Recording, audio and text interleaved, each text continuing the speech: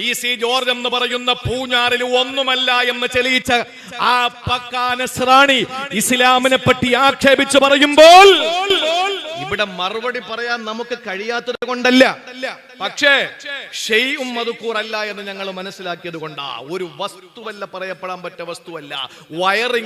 ഇങ്ങനെ ഉണ്ട് എന്ന് പറഞ്ഞിട്ട് വലിയ ആളാണെന്ന് പറയാൻ പറ്റൂലല്ലോ. സഹോദരങ്ങളെ, നമുക്ക് ആവശ്യമില്ലാത്തതിൽ പോയി തലയിടരുത്. അത് അതിന്റെ വഴിയെ നടക്കും.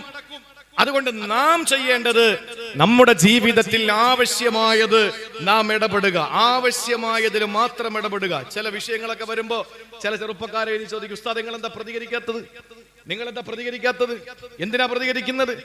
ആവശ്യമുള്ളതിന് പ്രതികരിക്കണം, ആവശ്യമുള്ളതിൽ ദേഷ്യം കാണിക്കണം, ആവശ്യമുള്ളിടത്ത് പ്രതികരിക്കണം, ആവശ്യമുള്ളിടത്ത് ദേഷ്യം കാണിക്കണം. ദേഷ്യപ്പെടേണ്ട വിഷയങ്ങളിൽ ദേഷ്യപ്പെടാത്ത അവനെ ശാഫി റളിയല്ലാഹു തആല അൻഹു പറഞ്ഞത് ഫഹുവ ഹിമാറുൻ, അവന് കഴുതയാണെന്നാണ്. നമ്മുടെ ഇസ്ലാമിനെതിരെ കുതിര കയറാൻ വരുമ്പോ, നമ്മുടെ പരിശുദ്ധമായ ശരീഅത്തിനെ കുതിര കയറാൻ വരുമ്പോൾ ആരാണ് വരുന്നതെന്ന് മുഖം നോക്കാതെ ശക്തമായൊന്ന് ശബ്ദിക്കാനെങ്കിലും നമുക്ക് കഴിഞ്ഞില്ലെങ്കിൽ, ശബ്ദവും വെളിച്ചവും ഉള്ളപ്പോ, അവസരങ്ങൾ കിട്ടുമ്പോ ജനങ്ങളോട് അതിന്റെ യാഥാർത്ഥ്യം പറഞ്ഞു കൊടുക്കാൻ നമ്മൾ തയ്യാറായില്ലെങ്കിൽ, നമ്മളെ പറ്റി ഇമാം ശാഫി റളിയല്ലാഹു അൻഹു പറഞ്ഞത് ഹിമാർ എന്നാണ്, കഴുത എന്നാണ്.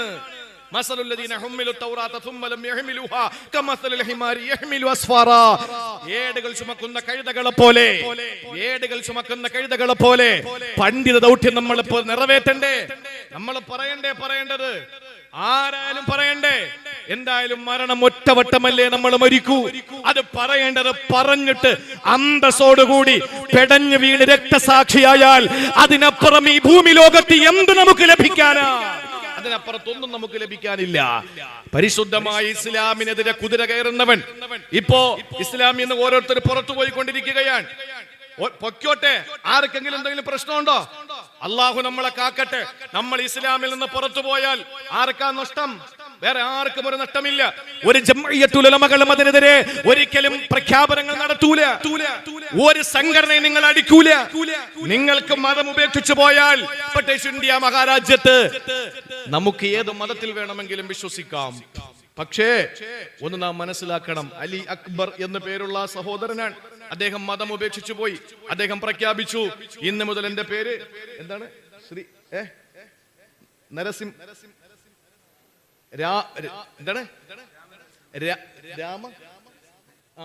രാമ നരസിംഹൻ, അങ്ങനെ എന്തോ പേരാണ്. നമുക്കതിൽ പ്രശ്നമില്ല. നമ്മുടെ പ്രശ്നം എന്താണ്? അതിലൊന്നും നമുക്ക് പ്രശ്നമില്ല. പക്ഷേ പരിശുദ്ധമായ ഇസ്ലാമിനെ ഒളിഞ്ഞും തെളിഞ്ഞും ആക്ഷേപിക്കാമെന്നാൽ, പേജിലൂടെയും സ്റ്റേജിലൂടെയും ആക്ഷേപിക്കാമെന്നാൽ, ജനാധിപത്യ രീതിയിൽ ചങ്കൂറ്റത്തോടെ അതിനെതിരെ മറുപടി പറയാൻ ചുണക്കുട്ടികളായ ആയിരക്കണക്കിന് പണ്ഡിതന്മാരുണ്ട് ഇവിടെ. ഇവിടുത്തെ ജംഇയ്യത്തുൽ ഉലമകൾ അതിനെതിരെ ശബ്ദിക്കും. പരിശുദ്ധമായ ഇസ്ലാം വീണ് കിടക്കുന്ന ഒരു വടവൃക്ഷമാണ്.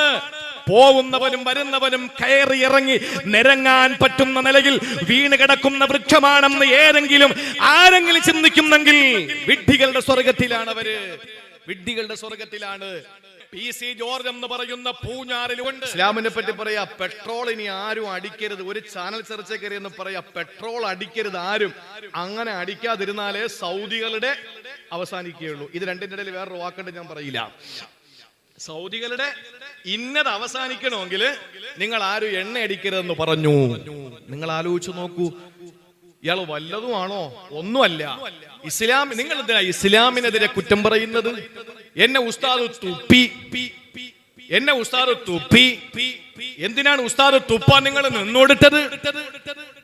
ശിരസ് കുനിച്ചിട്ട് ഉസ്താദിനോട് തലയിൽ ഓതി ഊത് എന്ന് പറഞ്ഞപ്പോ, ഈരാറ്റുപേട്ടയിലെ ഏതോ ഒരു ഉസ്താദ് തലയിൽ ഓതി ഊതി കൊടുത്തപ്പോൾ, വർഷങ്ങൾക്ക് ശേഷം ഏതോ ശാഖയിൽ ചെന്നിട്ട് കാവി നിക്കറിട്ടതിന്റെ പേരിൽ എന്റെ തലയിലൂടെ ഉസ്താദ് തുപ്പി എന്ന് പറയാൻ ആർജവം കാണിച്ച, രാഷ്ട്രീയത്തിൽ എടുക്കാൻ നാണയമായ ഈ പറയപ്പെട്ട വ്യക്തി ഇസ്ലാമിനെതിരെ കളിക്കരുത് മറുപടി പറയാൻ അറിയാത്തത് കൊണ്ടല്ല. പക്ഷേ ഞങ്ങളുടെ ഗുരുനാഥന്മാർ, ഞങ്ങളുടെ നേതാക്കന്മാർ, ഞങ്ങളുടെ പള്ളികൾ, ഞങ്ങളുടെ ആരാധനാലയങ്ങൾ അത് പഠിപ്പിക്കുന്നില്ല. അതുകൊണ്ട് ഞങ്ങൾ പറയാത്തതാണ്. പക്ഷെ ഇതൊക്കെ കണ്ടിട്ട് ഞങ്ങൾ പൊട്ടന്മാരാണെന്ന് ധരിച്ചാൽ ഞങ്ങൾ പൊട്ടന്മാരല്ല. ഞങ്ങൾ ഇതൊക്കെ കാണുന്നുണ്ട്, കേൾക്കുന്നുണ്ട്. മറുപടി പറയാത്തത് നിങ്ങൾ പറയപ്പെടാൻ പറ്റാത്തൊരു വസ്തു ആയതുകൊണ്ടാണ് എന്ന് മാത്രമേ നമുക്ക് പറയാനുള്ളൂ. ഇപ്പൊ അള്ളാന്റെ തൗഫീഖ് കൊണ്ട് എന്താ സംഭവിച്ചെന്നറിയോ? രാജ്യത്തെ വർഗീയവാദികളൊക്കെ ലിസ്റ്റ് എടുത്തിട്ട് കരുനാഗപ്പള്ളിയിൽ തുപ്പല് കിട്ടുന്ന സ്ഥലങ്ങൾ, തുപ്പല് കിട്ടാത്ത ഹോട്ടലുകൾ. അപ്പോ എന്തായി സംഭവം? മുസ്ലിം ഹോട്ടൽ ഏത്, അമുസ്ലിം ഹോട്ടൽ ഏതെന്നുള്ളതല്ല, നല്ല ഭക്ഷണമുള്ള ഹോട്ടലുകൾ ഏത്, നല്ലതല്ലാത്തത് ഏതെന്ന് വ്യക്തമായി. ഇപ്പൊ റാഹത്തായി അതൊക്കെ എടുത്ത് സ്ക്രീൻഷോട്ട് എടുത്ത് വെച്ചിരിക്കുകയാണ്. ഇടയ്ക്ക് കഴിക്കുന്നെങ്കിൽ അങ്ങനെയുള്ള കടയിൽ ഇറങ്ങി കഴിക്കാൻ. എന്റെ പ്രിയപ്പെട്ട സഹോദരങ്ങളെ, ഇതൊക്കെ അള്ളാഹു നിങ്ങളെ കൊണ്ട് പറയിപ്പിക്കുന്നതാണ്. ഹലാല് വ്യക്തമാണ്. അവ്യക്തമായി എവിടെയെങ്കിലും ചുരുളഴിയാതെ കിടന്നാൽ അതിനെ അഴിക്കാൻ അള്ളാഹ്ക്കറിയാം. ഹലാല് വ്യക്തമാണ്. ഞാനൊന്ന് ചോദിക്കട്ടെ, ഈ ഹലാല് ബോർഡിനോട് എന്താ ഇത്ര വെറുപ്പ് നിങ്ങൾക്ക്? എന്നാലും ഞാൻ ചോദിക്കുകയാ, ഇവിടുത്തെ പാവപ്പെട്ട സഹോദരങ്ങൾ വളരെ വൃത്തിയായി കഴുകി, വളരെ വൃത്തിയായി ഉണ്ടാക്കുന്ന ഭക്ഷണം വളരെ വൃത്തിയായി പാകം ചെയ്ത്, വളരെ വൃത്തിയായ തീൻമേശയില്, വളരെ വൃത്തിയുള്ള പാത്രത്തില്, വളരെ വൃത്തിയോടെ വിളമ്പിയിട്ട് മാന്യമായ നിലയിൽ ജീവിക്കുന്ന മുസ്ലിം ഹോട്ടലുകൾ കാണുമ്പോ നിങ്ങൾക്ക് എന്താ ഈ ഹലാലിനോട് നിങ്ങൾക്ക് വെറുപ്പ്? ആണത്വമുണ്ടെങ്കിൽ, അഭിമാനബോധമുണ്ടെങ്കിൽ ഇങ്ങനെയുള്ള ഈ ഹലാലിനോടുള്ള നിങ്ങളുടെ വെറുപ്പുണ്ടല്ലോ, അത് കോശർ എന്ന് പറയുന്ന സംവിധാനത്തോട് നിങ്ങൾ കാണിക്കേ. നിങ്ങൾക്കറിയോ അങ്ങനെ സംവിധാനം? എന്താ ഈ കോശർ എന്ന് പറയുന്നത്? എന്താണ്? KOSHER, കോശർ. നിങ്ങൾ നോക്കി, ഈ ഉൽപ്പന്നങ്ങള് ഹലാൽ ഉൽപ്പന്നങ്ങള് പോലെ കൂടുതൽ ഇന്ന് വിറ്റഴിക്കപ്പെടുന്ന ഒരു സംവിധാനമാണ് കോശർ എന്ന് പറഞ്ഞാൽ. ഹിബ്രു ഭാഷയിൽ അതിന്റെ അർത്ഥം ശുദ്ധമായ ഭക്ഷ്യയോഗ്യമായ വസ്തു, വൃത്തിയുള്ള കഴിക്കാൻ പറ്റുന്ന നല്ല വസ്തു. ഈ ഹിബ്രു ഭാഷയിൽ അതിന് ഇങ്ങനെയാണ് അർത്ഥം കൊടുത്തിരിക്കുന്നത്. ഈ കോശർ എന്ന് സ്റ്റിക്കർ പതിച്ച സാധനങ്ങൾ മാത്രമേ ജൂതന്മാര് കഴിക്കൂ, ജൂതന്മാര് കുടിക്കൂ, ജൂതന്മാര് ഉടുക്കൂ. എന്തേ അതിനെതിരെ രംഗത്ത് വരാത്തത്? ഞങ്ങളുടെ ഹബീബ് തിന്നുന്ന കാര്യത്തിൽ മാത്രമല്ല, ഒരു തെങ്ങും തോപ്പ്, ആ തെങ്ങും തോപ്പിൽ എന്റെ തെങ്ങിൽ നിന്നാണോ ഈ വീണ് കിടക്കുന്ന തേങ്ങ, അടുത്തുള്ളവന്റെ വീട്ടിൽ ആ തെങ്ങിൽ നിന്നാണോ ഈ തേങ്ങ വീണ് കിടക്കുന്നത്? അത് അവ്യക്തമാണെങ്കിൽ ഈ ഹലാലിന്റെയും ഹറാമിന്റെയും ഇടയിൽ ഒരു നിഗൂഢമായ, ചുരുളഴിക്കാൻ കഴിയാത്ത ഒരു തലം കൂടിയുണ്ട്. അതിന് പറയുന്ന ഒരു ശുബ്ഹാത്ത് എന്നാണ്. ആരെങ്കിലും ശുബ്ഹാത്തിനെ സൂക്ഷിച്ചു കഴിഞ്ഞാൽ അള്ളാഹുവിന്റെ ഹബീബ് സല്ലല്ലാഹു അലൈഹി വസല്ലം പറഞ്ഞത് അവൻ വിജയിച്ചു എന്നാണ്. ഹലാല് വ്യക്തമാണ്. നോക്കിക്കൊണ്ട് നിൽക്കുമ്പോ തന്റെ തോപ്പിലെ തെങ്ങിൽ നിന്ന് തേങ്ങ വീണു, ഹലാൽ വ്യക്തം. നോക്കിക്കൊണ്ട് നിന്നപ്പോ അപ്പുറത്തെ തെങ്ങിൽ നിന്ന് തേങ്ങ വീണു, ഹറാമും വ്യക്തം. ഇത് രണ്ടും കാണാതെ വീടിന്റെ മുറ്റത്തിറങ്ങിയപ്പോ മുറ്റത്ത് തേങ്ങ കിടക്കുന്നു.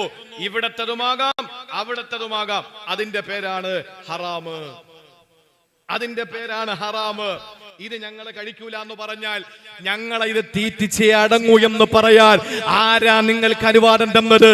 ഞങ്ങൾ ഇഷ്ടമുള്ളത് കഴിക്കും, ഞങ്ങൾക്ക് ഇഷ്ടമുള്ളത് തിന്നണം, ഞങ്ങൾക്ക് ഇഷ്ടമുള്ളത് ഉടുക്കണം, ഞങ്ങൾക്ക് ഇഷ്ടമുള്ളത് ധരിക്കണം, ഞങ്ങൾ ഇഷ്ടമുള്ളിടത്ത് കിടക്കും. അത് ചോദിക്കാൻ ഇവിടെ ആരെയും ഏൽപ്പിച്ചിട്ടില്ലല്ലോ. ഇന്ത്യ മഹാരാജ്യത്ത് അതിനുള്ള അനുവാദം ഞങ്ങൾക്കുണ്ടല്ലോ. ഞങ്ങളുടെ മതമനുസരിച്ച് ജീവിക്കുന്നതിന് രാജ്യത്തിന്റെ മഹത്വമായ, മഹോന്നതമായ ഈ രാജ്യത്തിന്റെ ഭരണഘടനയ്ക്ക് വിരുദ്ധമാകുന്നില്ല. എന്തുകൊണ്ട് കോശറിനെതിരെ പോകുന്നില്ല? 2-3 ഉദാഹരണങ്ങൾ പറയാം. നിങ്ങൾ അലസരായി പോകരുത്. ഞാൻ കഴിഞ്ഞ മാസം വന്നപ്പോ 1.5 മണിക്കൂർ പ്രസംഗിച്ചോളൂ, ബാക്കി പിരിവായിരുന്നു. അപ്പൊ അതുകൊണ്ട് എനിക്ക് തന്നെ എന്റെ സ്വത്വബോധത്തോട് തന്നെ എനിക്കൊരു അനീതി തോന്നി. അതുകൊണ്ട് ഞാൻ 2 മണിക്കൂർ പ്രസംഗിക്കും. ഇനി 15 മിനിറ്റ് കൂടെ പ്രസംഗിച്ചിട്ട് നിങ്ങൾ തരുന്ന എന്താണോ അത് വാങ്ങിക്കൊടുക്കും ഇൻഷാ അല്ലാഹ്. അള്ളാഹു തൗഫീക്ക് തരട്ടെ, കൊടുക്കാൻ അള്ളാഹു മനസ്സ് തരട്ടെ. ആമീൻ പറയും. കൊടുക്കുകയും കൂടെ വേണം, ആമീൻ പറഞ്ഞാൽ മാത്രം പോരാ. അപ്പൊ ഏതായിരുന്നാലും എന്റെ പ്രിയ സഹോദരങ്ങളെ, ഒരു 2 ഉദാഹരണം പറഞ്ഞുതരാം. ഇവിടെ നിന്ന് കയറ്റുമതി ചെയ്തു, ബീഫ് കയറ്റുമതി ചെയ്തു. ഈ ബീഫ് കയറ്റുമതി ചെയ്ത് വിദേശ രാജ്യങ്ങളിലെ സൗദി അടക്കം, ഖത്തർ അടക്കം, ബഹ്റൈൻ അടക്കം, കുവൈറ്റ് അടക്കം, ദുബായ് അടക്കം, ഒമാൻ അടക്കമുള്ള രാജ്യങ്ങളിലെ കയറ്റുമതി ചെയ്തു. അങ്ങനെ കോടികൾ സമ്പാദിച്ചു. അവിടെ അൽ കബീർ എന്ന് പറയുന്ന ബീഫ് കയറ്റുമതി അവസാനം കണ്ടുപിടിക്കുമ്പോൾ അതിന്റെ പിന്നിൽ ഇവിടത്തെ രാജ്യവിരുദ്ധമായി പ്രവർത്തിക്കുന്ന രാജ്യത്തിന്റെ ശത്രുക്കളായ വർഗീയ ഫാസിസ്റ്റുകളാണെന്ന് തെളിഞ്ഞു. ഇല്ലേ? പിന്നെയോ എന്റെ പ്രിയപ്പെട്ട സഹോദരങ്ങളെ, ഹലാൽ ശർക്കര, ശബരിമലയിലേക്ക് കയറ്റി അയക്കുന്ന ശർക്കര, ഹലാൽ ശർക്കര, അങ്ങനെ അത് കുറെ വിവാദം ഉണ്ടായി. രാജ്യം ഭരിക്കുന്ന പാർട്ടിയുടെ കേരളത്തിന്റെ പ്രസിഡന്റ് അത് പത്രസമ്മേളനം വിളിച്ചിട്ട് പറഞ്ഞു. അയാൾ എന്താ പറയുന്നത് അയാൾക്ക് തന്നെ അറിയില്ല.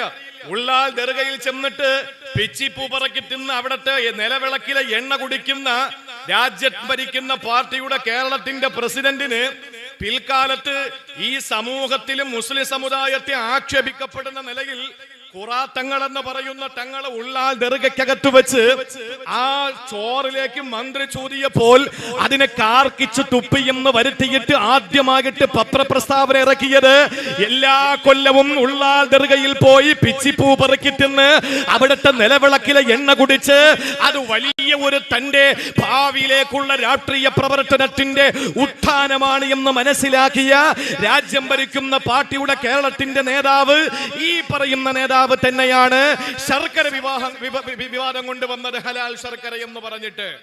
അങ്ങനെ ഇത് പഠിക്കാൻ തീരുമാനിച്ചു. ഇത് എവിടെന്നാ ഇത് കൊണ്ടുവരുന്നതെന്ന് തീരുമാനിച്ചു.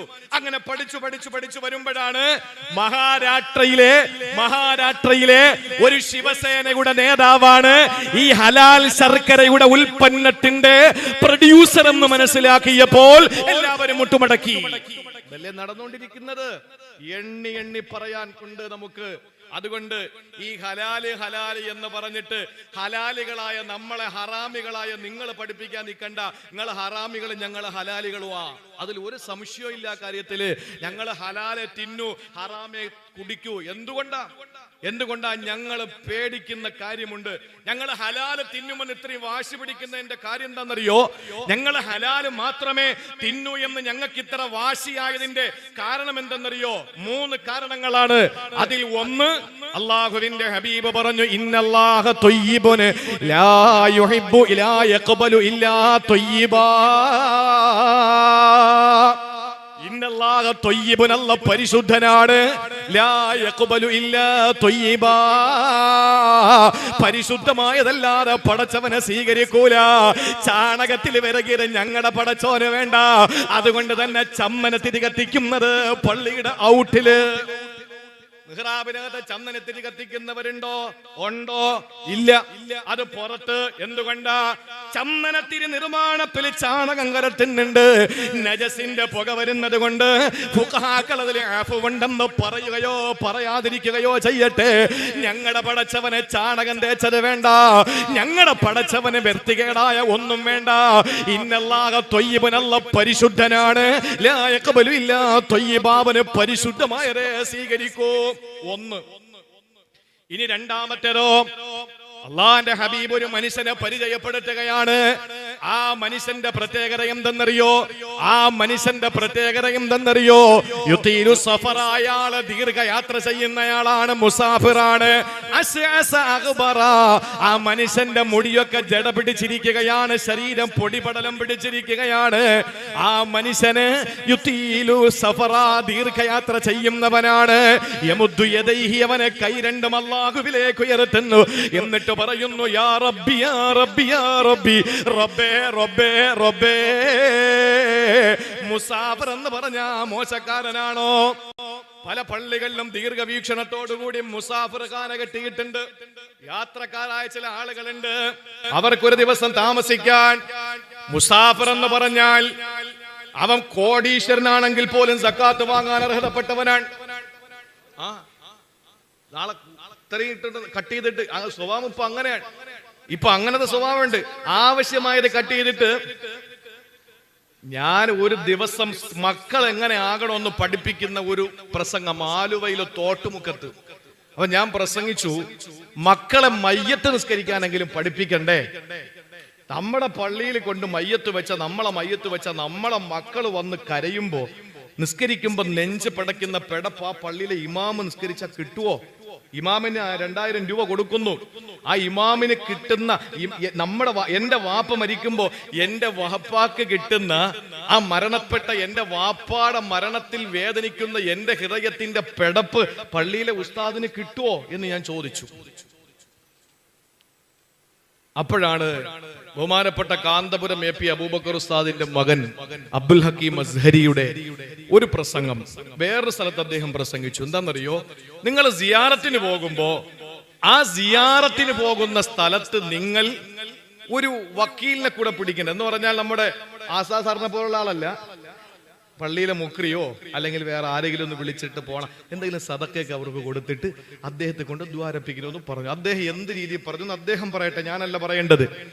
ഇത് രണ്ടും കൂടി അങ്ങോട്ട് ആവശ്യത്തിന്, എത്രയോ കൊല്ലത്തിന് മുമ്പ് ഞാൻ പ്രസംഗിച്ച പ്രസംഗമാണ്, അത് രണ്ടും കൂടി വെട്ടിയെടുത്തിട്ട് വളരെ മനോഹരമായി നമ്മുടെ ചില ആളുകളൊക്കെ എന്ത് ചെയ്തു, അവർ പറഞ്ഞു, കണ്ടോ അബ്ദുൽ ഹക്കീം അസ്ഹരിക്ക് നവാസ് മന്നാനിയുടെ കിടിലം മറുപടി. അബ്ദുൽ ഹക്കീം അസ്ഹരിയുടെ രോമത്തിന്റെ വില എനിക്കുണ്ടോ? ഇല്ലെന്ന് വിശ്വസിക്കുന്നവനാ ഞാൻ. ആലിമീങ്ങളുടെ ഒരു വില എനിക്കില്ല, ഞാൻ ആലിമായിട്ടില്ല. എന്റെ ഉസ്താദുമാരും എന്റെ സീനിയറായി എന്റെ കൂടെ പഠിക്കുന്നവരും അവര് എഴുതി തരുന്നത് കാണാതെ പഠിച്ചിട്ട് മനസ്സിലാക്കിയിട്ട് പ്രസംഗിക്കുന്ന ഒരാളാ ഞാൻ. അങ്ങനെ ഒരു ബോധം എനിക്കുണ്ട്. അതിപ്പോ പറഞ്ഞു പോലെ അടുത്ത വർഷം നിങ്ങൾ വാതിനെ വിളിച്ചില്ലെങ്കിൽ 1001 തൊട്ട് അൽഹംദുലില്ലാ വേണമെങ്കിൽ ഒരു പാവം അങ്ങോട്ട് തന്നേക്കാം. ഞാൻ പറയുന്നത് എന്റെ പ്രിയപ്പെട്ട സഹോദരങ്ങളെ, നമ്മൾ ഒരിക്കലും സന്ദർഭത്തിന് നടത്തിയെടുത്തിട്ട് മനുഷ്യനെ കൊച്ചാക്കാൻ നടക്കരുത്. അതിന് നമ്മളെ പുകഴ്ത്തിയാലും ഒന്നും നമുക്കത് വേണ്ട. ഇനിയിപ്പോ ഇത് നാളെ ക്ലിപ്പായിട്ട് വരും, അതാ പ്രശ്നം. ഈ പറഞ്ഞ നാളെ ക്ലിപ്പാവും.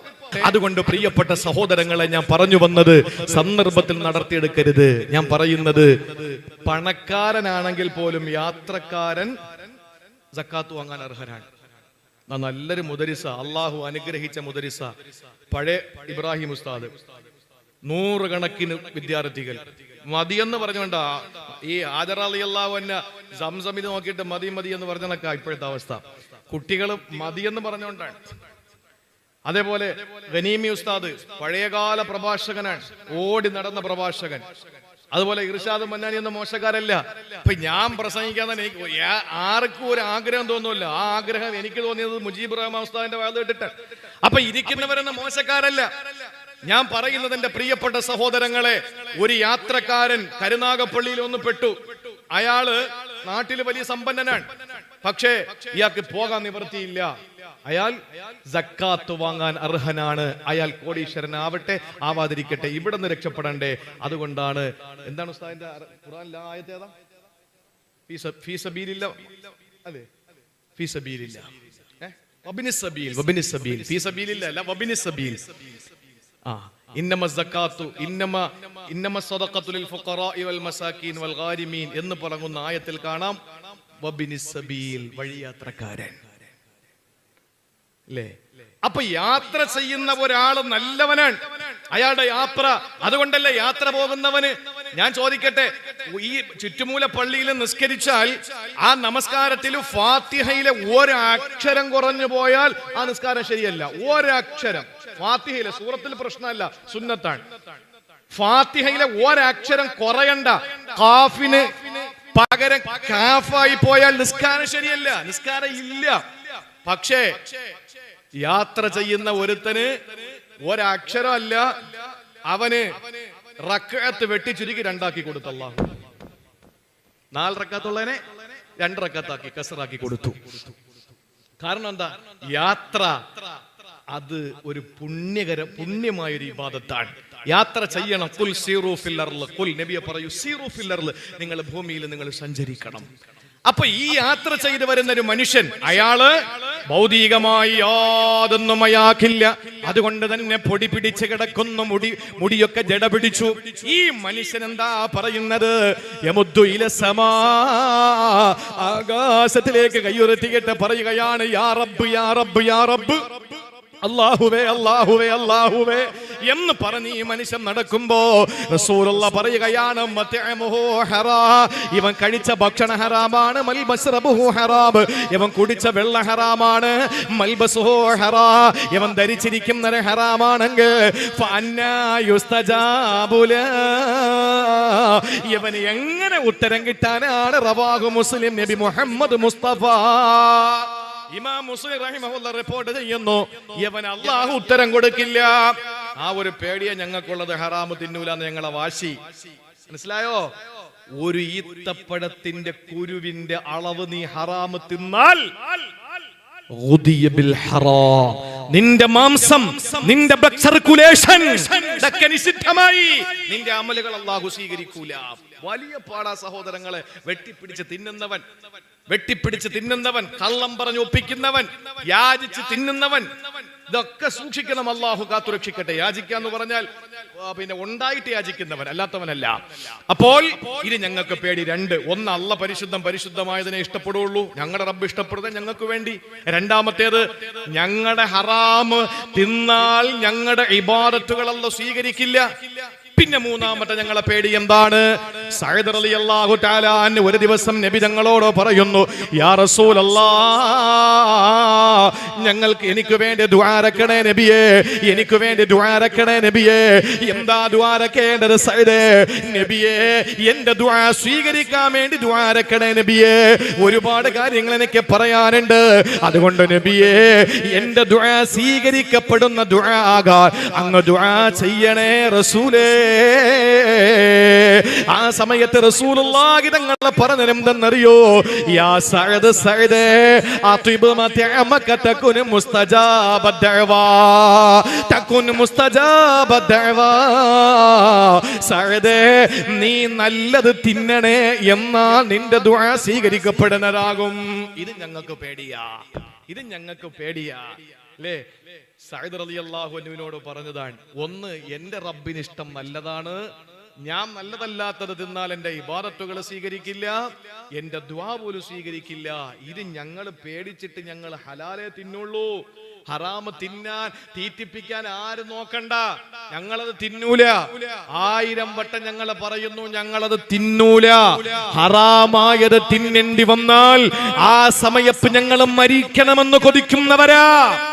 റോമൻ സാമ്രാജ്യത്തിന്റെ അധിപനായ ആ ചക്രവർത്തിയുടെ മുമ്പിലേക്ക് പറഞ്ഞു വിട്ടു അബ്ദുല്ലാഹി ബിൻ ഹുദാഫത്തു സഹ്മി റളിയല്ലാഹു അൻഹുവിനെ. ദീനീ ദഅവത്തിന് വേണ്ടി മദീനയുടെ ഭരണാധികാരി സയ്യിദുനാ ഉമറുൽ ഫാറൂഖ് റളിയല്ലാഹു തആല അൻഹു പറഞ്ഞു വിട്ടു. ഉമർ റളിയല്ലാഹു അൻഹു പറഞ്ഞു വിട്ടനുസരിച്ച് അബ്ദുല്ലാഹി ബിൻ ഹുദാഫത്തു സഹ്മി തങ്ങൾ റോമിൽ ചെന്നപ്പോൾ അദ്ദേഹം പിടിച്ച് ഈ മഹാനായ സഹാബിയെ ജയിലിലടച്ചതിന് ശേഷം പറഞ്ഞു, രാജ്യത്തിന്റെ പകുതി നിനക്ക് തരാം, എന്റെ സുന്ദരിയായ മോളെ കെട്ടിച്ചു തരാം, നീ ഇവിടെ വന്ന ആളുകളെ നശിപ്പിക്കരുത്, ആളുകളെ നീ കൂട്ടരുത്, പൊക്കോളാൻ പറഞ്ഞു. രാജ്യത്തിന്റെ പകുതി ഭരിക്കാനും മകളെ കെട്ടിച്ചു തന്നേക്കാം. അദ്ദേഹം പറഞ്ഞു, വേണ്ട, എനിക്ക് രാജ്യത്തിന്റെ പകുതി വേണ്ട, നിന്റെ മകളെയും വേണ്ട, എനിക്ക് അല്ലാഹുവിന്റെ ദീനിന്റെ പ്രബോധനമാണ് വേണ്ടതെന്ന് പറഞ്ഞു. വീണ്ടും കുറെ നാള് ജയിലിനകത്തിട്ടു. എന്നിട്ട് പട്ടിണിക്കിട്ടു. ഒരു നേരത്തെ ഭക്ഷണം കഴിക്കാൻ കഴിയാതെ വിഷം നൊട്ടിയ വയറുമായി, എല്ലും തോലുമായി പാവപ്പെട്ട അബ്ദുല്ലാഹി ബിൻ ഹുദാഫത്ത് സഹ്മി റളിയല്ലാഹു അൻഹു പുറത്തേക്കിറങ്ങിയപ്പോൾ അദ്ദേഹത്തിന്റെ മുമ്പിൽ പന്നി ഇറച്ചിയും മദ്യവും കൊണ്ടുവച്ചു. ഇസ്ലാമിന്റെ നിയമം അനുസരിച്ച് ജീവൻ നിലനിർത്താൻ ഇതൊക്കെ അനിവാര്യ ഘട്ടങ്ങളിൽ, ചിലപ്പോഴൊക്കെ നമുക്ക് അനിവാര്യതയിൽ അത് ചിലപ്പോൾ നമ്മൾ ഉപയോഗിക്കേണ്ടി വന്നേക്കാം.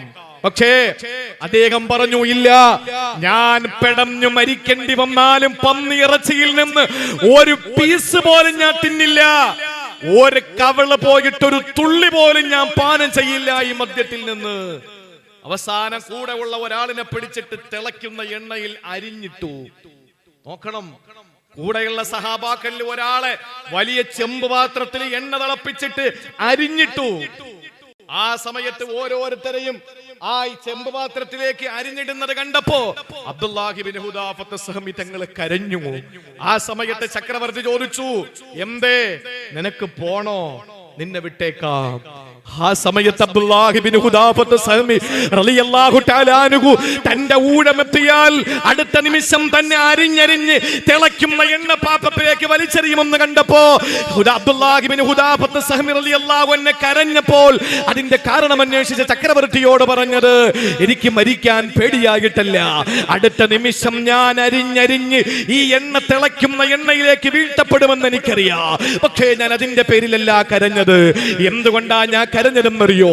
ഞാൻ അടുത്ത നിമിഷം മരിച്ചു പോയാൽ എന്റെ ഓരോ രോമകൂപത്തിൽ നിന്ന്, ഓരോ രോമത്തിൽ നിന്ന്, ഓരോ മുടിയിൽ നിന്ന്, ഓരോ തലനാരിഴയിൽ നിന്ന് ഓരോ അബ്ദുല്ലാഹി ഇബ്നു ഹുദാഫത്ത് സഹ്മിമാരുണ്ടാകൂലല്ലോ. ഞാൻ 1000 വട്ടം മരിക്കൂലല്ലോ, ഒരു വട്ടമല്ലേ മരിക്കുള്ളൂ. എനിക്ക് വീണ്ടും വീണ്ടും മരിക്കണമെന്ന് ആഗ്രഹം കൊണ്ടാ, പക്ഷെ നടക്കൂലല്ലോ ഈ ദുനിയാവില്. അതുകൊണ്ട് കരഞ്ഞതാന്ന് പറഞ്ഞു. അവസാനം അടിയറവ് പറഞ്ഞിട്ട് രാജാവ് പറഞ്ഞു, നിന്നെ ഞാൻ സമ്മതിച്ചിരിക്കുന്നു. ഒരു കാര്യം ചെയ്യ്, രാജാക്കന്മാരുടെ ചില ശൈലിയുണ്ട്, എന്റെ തലയിൽ ഒന്ന് ചുംബിച്ചിട്ട് പൊക്കോളാൻ പറഞ്ഞു. അബ്ദുല്ലാഹി ഇബ്നു ഹുദാഫത്ത് സഹമി റളിയല്ലാഹു അൻഹു ചെന്നിട്ട് രാജാവിന്റെ തല കുനിക്കാൻ പറഞ്ഞു. തല കുനിച്ച് തലയിൽ ചുംബിച്ചു. നേരെ മദീനയിലേക്ക് അദ്ദേഹം മോചിതനായി വന്നു. ആ സമയത്ത് ഉമർ റളിയല്ലാഹു അൻഹു ചോദിച്ചു, അബ്ദുല്ലാ, പന്നിയിറച്ചിയും മദ്യവും നിനക്ക് ജീവൻ പോകുമെന്നുള്ള ഘട്ടത്തിൽ നിനക്ക് അനുവദിക്കപ്പെട്ടതല്ലേ, എന്തുകൊണ്ട് കഴിച്ചില്ല? നബിയേ, മഹാനായ ഉമർ തങ്ങളെ വിളിച്ചിട്ട് പറഞ്ഞു, ഉമർ തങ്ങളെ എങ്ങനെ കഴിക്കും? അവര് ചിന്തിക്കൂലേ ഇത് അഡ്ജസ്റ്റ്മെന്റ് മതമാണെന്ന്? അഡ്ജസ്റ്റ്മെന്റ് പറ്റില്ലല്ലോ. ഇവിടെ മരിക്കേണ്ടി വന്നാൽ 2 കൈയും നീട്ടി മരണത്തെ സ്വീകരിക്കുകയല്ലേ വേണ്ടത്. അങ്ങനെ മരിക്കാൻ ഞാൻ തയ്യാറായിരുന്നു, അഡ്ജസ്റ്റ് ചെയ്യാൻ എനിക്ക് കഴിയുന്നില്ല തങ്ങളെ എന്ന് പറഞ്ഞു. ഉമർ തങ്ങളല്ലേ ആള്, ഉമർ തങ്ങളല്ലേ നൂന്ന് പോയാലും വളം ചെറിയ പൊളവുണ്ടല്ലോ എന്ന് പറയുന്ന ആളാ ഉമർ തങ്ങൾ. ഉമർ റളിയല്ലാഹു അൻഹു പറഞ്ഞു, കാര്യമൊക്കെ ശരിയാ, പക്ഷെ എനിക്ക് നിന്നോട് ചില വെറുപ്പുണ്ട്. എന്താ തങ്ങളെ? നീ അവന്റെ തലയിൽ ചുംബിച്ചത് അത്ര ശരിയായില്ല. ചെറിയ കുറ്റവും വീഴ്ചയും കണ്ടെത്തുന്ന ആളാ ഉമർ തങ്ങള്. ആ ഉമർ റളിയല്ലാഹു അൻഹുവിനോട് അബ്ദുല്ലാഹി ഇബ്നു ഹുദാഫത്ത് സഹ്മി തങ്ങൾ പറഞ്ഞു, തങ്ങളെ ഞാൻ എന്താ നിങ്ങളോട് പറയാ, നിങ്ങൾക്ക് തോന്നുന്നുണ്ടോ ഞാൻ അവന്റെ ശിരസിൽ മൂർധാവിൽ ചുംബിക്കുമെന്ന്? എന്റെ മുന്നിൽ അവന്റെ ശിരസ് കുനിപ്പിച്ചതല്ലേ ഞാന്, അവന്റെ തലയിൽ ഞാൻ കാർക്കിച്ചു തുപ്പി തങ്ങളെ. ഞാൻ മുത്തിയില്ല, അവന്റെ തലയിൽ ഞാൻ കാർക്കിച്ചു തുപ്പി. ആ സമയത്ത് അബ്ദുല്ലാഹി ഇബ്നു ഹുദാഫത്ത് സഹ്മിയുടെ മുന്നിൽ ഉമർ റളിയല്ലാഹു അൻഹു ഉടനെ ഒരു പ്രഖ്യാപനം നടത്തി, എല്ലാവരും വരിൻ, എല്ലാവരും വരിൻ, ഈ അബ്ദുള്ളയുടെ തലയിൽ ചുംബിക്കാൻ പറഞ്ഞു. എല്ലാവരും വന്ന് അബ്ദുല്ലാഹി ഇബ്നു ഹുദാഫത്ത് സഹ്മി തങ്ങളുടെ തലയിൽ ചുംബിച്ചു പോയി. ഞങ്ങൾ ഹറാമ തിന്നൂല, ഞങ്ങൾ മരിച്ചാലും ഞങ്ങൾ ദുആരക്കുന്നത്, അല്ലാഹുവേ ഫൈദാ അറത ബിഇബാദിക ഫിത്നതൻ ഫഖബ്ലിനാ ഇലൈക ഗൈറ മഫ്തൂൻ. എപ്പോഴും ഞങ്ങൾ ദുആരകുന്നാ നസ്അലുക ഫീൽ ഖൈറാത്തി വതർക്കൽ മുൻകറാത്തി വഹുബ്ബൽ മസാകി ഫൈദാ അറത ബിഇബാദിക ഫിത്നതൻ ഫഖബ്ലിനാ ഇലൈക ഗൈറ മഫ്തൂൻ. പടച്ചവനെ, ഞങ്ങളെ ഫിത്നയിലാക്കാൻ നീ ഉദ്ദേശിച്ചാൽ ആ സെക്കൻഡ് ഞങ്ങളുടെ ശരീഅത്ത്, ഞങ്ങളുടെ ദീൻ ഞങ്ങളുടെ കൈവിട്ടു പോകുമെന്ന് കണ്ടാൽ ആ നിമിഷം നീ ഞങ്ങളെ മരിപ്പിക്കണേ അല്ലാഹ്. അങ്ങനെ ദുആരക്കുന്ന ഞങ്ങളോട് ഹറാമ് തിന്നാൻ പറഞ്ഞാൽ നിങ്ങൾ എന്ത് വേണോ തിന്നോ, ഞങ്ങൾക്കെന്താ? നിങ്ങൾ എന്ത് വേണോ തിന്നോ, കുടിച്ചോ, കഴിച്ചോ, ഞങ്ങൾക്ക് അതിൽ ഒരു പ്രശ്നവും ഇല്ല. ഞങ്ങൾ ഹലാലായതേ തിന്നോളൂ, ഞങ്ങൾ ഹലാലികളാ. നിങ്ങൾ ഹറാമികളോ എന്തൊക്കെയോ നിങ്ങൾ ആയിക്കോളെ, അതൊന്നും നമുക്ക് വിഷയമുള്ളതല്ല. അതുകൊണ്ട് എന്റെ പ്രിയപ്പെട്ട സഹോദരങ്ങളെ, ഈ ഹദീസും ഇങ്ങനെ 4 ഹദീസുകൾ ഉണ്ടെങ്കിൽ ഒരു മനുഷ്യന്റെ ദീൻ അത് മതി. നമുക്കും ഇന്നത്തേക്ക് തൽക്കാലം ഇത് മതി, ബാക്കി അടുത്ത പിന്നീടാവട്ടെ. അള്ളാഹു മനസ്സിലാക്കാനുള്ള തൗഫീക്ക് നൽകി അനുഗ്രഹിക്കുമാറാവട്ടെ. ദീനനുസരിച്ച് ജീവിക്കാൻ അള്ളാഹു തൗഫീക്ക്